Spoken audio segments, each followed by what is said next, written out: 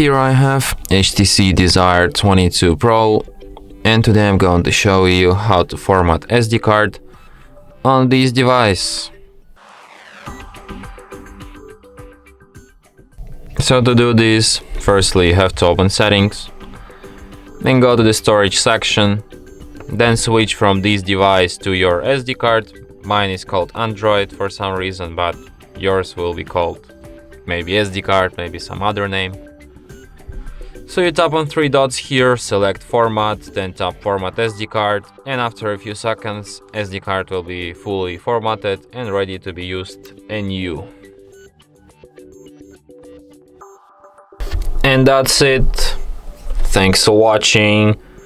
If you find this tutorial useful, don't forget to hit that like button and subscribe to our channel.